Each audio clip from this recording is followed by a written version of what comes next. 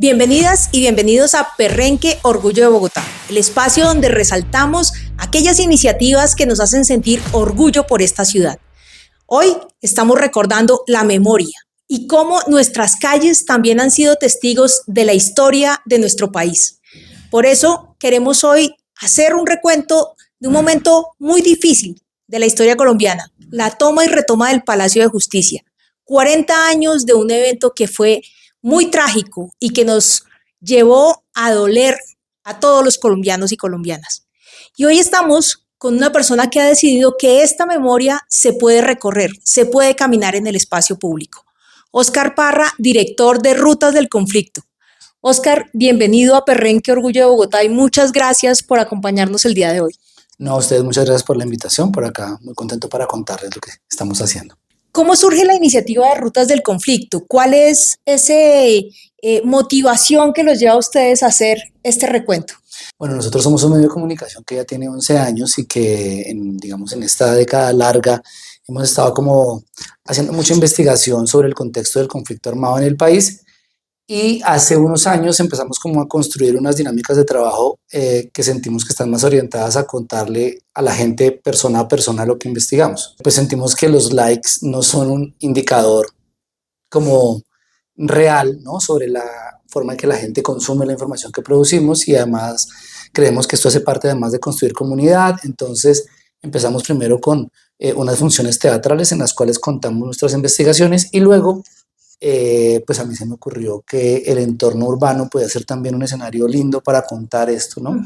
Sentimos que además verbalizar ese tipo de cosas, estar una hora, hora y media con el público ayuda un montón para que haya un intercambio de información, para que uno pueda, digamos, concretar ahí un montón de cosas. Y pues empezamos hace como vamos para 3 años, creamos el primer recorrido, que es alrededor lo que llamamos los eventos del Bogotazo, donde hablamos muchísimo del trabajo de la Comisión de la Verdad, más o menos desde principios del siglo XX hasta la década de los 60. Y ahora, pues digamos, con unos 40 años que se cumplen de este suceso terrible que ocurrió en el Palacio de Justicia, pues tenemos el otro recorrido en el que utilizamos también el entorno urbano del centro para tratar, digamos, como de que la gente tenga un poquito de contexto de las violencias que hubo en este país desde los 70 hasta finales de los 80, además obviamente de mostrar el trabajo de las comisiones de la verdad, de otros colegas y que nosotros mismos hemos hecho sobre este asunto. Hacer un recorrido por la historia, caminar la historia, ¿hace distinto la forma como las personas se apropian de lo que ha sucedido? Yo creo que nada más verle la cara, nada más cuando uno pues les muestra las fotografías, el hecho de que la gente esté parada en el lugar donde ocurrieron los hechos. Siento que lamentablemente hemos sido un país que ha vivido una violencia durísima, y que mucha gente que cree que esa violencia ocurrió muy lejos, y no ha ocurrido acá, digamos, como en el mismo centro, digamos, de la ciudad y del país, que es este entorno que tenemos aquí en el centro de Bogotá. Entonces yo creo que hay mucha gente pues, que queda asombrada, aterrada. Hay cosas muy dolorosas porque hay gente que, por ejemplo, desconoce totalmente el trabajo de la Comisión de la Verdad, de otros colegas, ¿no? Trabajo de académicos, trabajo de organizaciones sociales, y pues que la gente escuche de primera mano. Creo que además le da una perspectiva un poquito más grande de la violencia que pasó. Lamentablemente pues vivimos en una sociedad en la que pues normalmente la gente asume muy desde posturas políticas visiones inclusive negacionistas que son, digamos, además súper indolentes contra las víctimas. Entonces creemos que eso ayuda, y el estar en el lugar donde ocurrieron los hechos creo que hace que la gente se enganche un montón, y además surge este voz a voz que nos ayuda un montón a que la gente siga viniendo a este tipo de recorridos. El turismo y los recorridos, y más por este sector del centro y de la Candelaria, siempre han estado asociados como a la historia tradicional que a uno le enseñan en el colegio, ¿no? De las fechas, los presidentes, y a cosas agradables como para divertir a los turistas. Este es un tema muy difícil de manejar. ¿Cómo han logrado que combine unos temas dolorosos, porque es el Bogotazo, el Palacio de Justicia y otros conflictos que hemos tenido, con esa idea de los recorridos y del turismo? Yo creo que hay una cosa que surgió también cuando uno, digamos, tuve la oportunidad de viajar en algunas zonas en Europa donde se hace, me cuesta decirlo turismo, pero sí es turismo de memoria, ¿no? Es un turismo además que tiene unas características puntuales porque está basado como en el respeto y en la memoria de lo que ocurrió ahí, ¿no? De las víctimas. Cuando se va a Polonia, por ejemplo, es, digamos, una cosa tremendamente, digamos, como especial visitar Auschwitz, ¿no? Entender qué pasó ahí. no es un turismo para tomarse fotos así, sino digamos casi como un momento casi como de introspección, ¿no? Con uno mismo y con las cosas horrorosas que pasaron ahí en función, digamos, del recordar, que eso es súper importante. Entonces pensaba lo mismo, ¿por qué no podemos de alguna manera empezar a construir una memoria que permita eso, que permita a la gente recordar a través, digamos, de los espacios? Siento que es difícil, no es tan fácil en hacer una cosa de esas en Colombia porque ha sido difícil la reconstrucción de la memoria sin una mirada como política y negacionista que, repito, ha sido, digamos, infame inclusive con las víctimas, no importa de quién hayan sido víctimas. Creemos que esta es una situación donde perfectamente podemos incorporar el recorrer esos espacios urbanos en el que habitamos todos acá. A veces vienen gente de otro país, de otras ciudades, e igual como mostrarles un poco ese entorno urbano amarrado, digamos, a una cosa muy respetuosa. Insisto, no es un turismo para ir a tomarse fotos, ni para reírse, sino un turismo en el que se busca que la gente reflexione a través, digamos, de la reconstrucción de la memoria y del honrar a las víctimas de estos sucesos. Ahora hablábamos por fuera de cámaras que yo recuerdo que el Palacio, o los hechos del Palacio de Justicia, que fueron un momento muy doloroso, después en tal vez nuestro cinismo colombiano se volvieron chistes, lo que ahora llaman los memes y todo este tipo de bromas que hacemos ante las tragedias, en su momento también se volvieron chistes.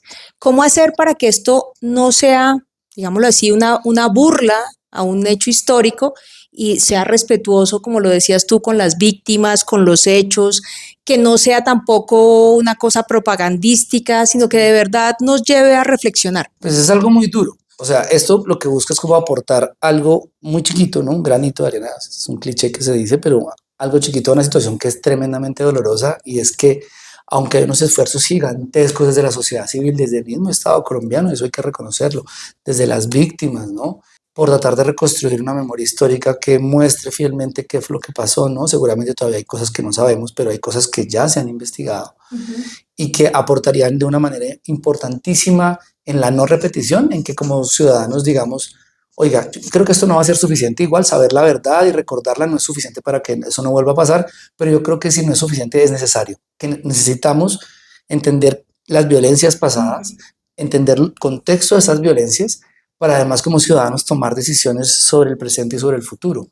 Entonces, pues yo creo que es un esfuerzo que toca hacer, es un esfuerzo pequeño, es un esfuerzo, yo creo que en algún momento ojalá la sociedad lo entendiera, no estos recuerdos y estas memorias como para seguir generando odios, sino para el contrario, poder superar, digamos, todo, digamos, como el contexto que hay alrededor de la violencia tan terrible que ha vivido este país. Tú mencionabas que muchas veces en Bogotá, los personas que vivimos en Bogotá, creemos que el conflicto ha estado muy lejos de esta ciudad. Y tal vez sea que no conocemos precisamente qué ha pasado acá. Mencionabas en el recorrido que actualmente donde queda el Centro Cultural Gabriel García Márquez, antes era el Palacio de Justicia, que fue quemado en el Bogotazo. Esos sitios que desaparecieron con esos conflictos, ¿hay alguna forma de que recordemos dónde están, cómo están, qué tuvimos ahí para que no perdamos esa memoria de nuestra ciudad? Yo creo que hacer un esfuerzo muy grande, especialmente desde la gente más joven, para poder como empoderarse de esas memorias, ¿no? Especialmente, por ejemplo, las violencias que ocurrieron en lo que nosotros llamamos la violencia, por allá, principios de los 60 y un poco más atrás. Creo que también hubo un pacto de silencio muy fuerte de la sociedad cansada de esa violencia que buscó como que no se recordara. Yo siempre pienso en el personaje de Bruno de Encanto, no se habla de Bruno, no se habla de eso, porque pues inclusive en mi familia hay unos eventos muy violentos en el entorno familiar que se prefiere, ¿no? Hay una negación inclusive de la propia rol de víctima de la gente, ¿no? Gente que vino desarraigada, sin tierra, en muy mal estado económico en los 60 y los 70, pero dicen, no, es que mi papá se vino del campo y ya, pero no se entiende un poco ese contexto tan grande. Y acá pues a mí me ha sorprendido, para diseñar esos dos recorridos, yo terminé como sintiéndome muy ignorante. Por ejemplo, el otro decía, yo no podía creer que acá, muy cerca de donde estamos en este momento, ocurrió una masacre en el 54, encontraron unos estudiantes, ¿no? En el gobierno de Rojas Pinilla, creo que fue el 9 de junio del 54. Yo decía, eso es un evento durísimo, el ejército le dispara a unos estudiantes en una protesta y no hay nada. Y sí, sí hay algo, hay una placa solitaria en una esquina que muestra los nombres de los estudiantes. Hay un montón inclusive de cosas que uno empieza a utilizar, no sé, el nombre de Uriel Gutiérrez, que es el nombre de un edificio de la Universidad Nacional, hace parte de esos estudiantes asesinados en esas 2 jornadas en Bogotá. Y uno no termina como de, apenas haciendo ese recorrido urbano, uno como que termina de entender. Y a mí me duele mucho, porque cuando yo viajo, a mí me gusta mucho recorrer ciudades e ir a conocer la historia de esa ciudad. Y veo que hay toda una disposición, no solamente urbana y a nivel de monumentos, sino de la misma gente en algunas ciudades para decir, aquí pasó esto. Y uno no debe dejar que estas cosas vuelvan a pasar. Acá hay una invisibilidad enorme, ¿no? En la esquina, por ejemplo, del Colegio San Bartolomé hay una matanza terrible el 9 de abril. Ahí no hay nada. Una placa no asegura la memoria, pero también Pero es al doloroso que menos no haya absolutamente nada.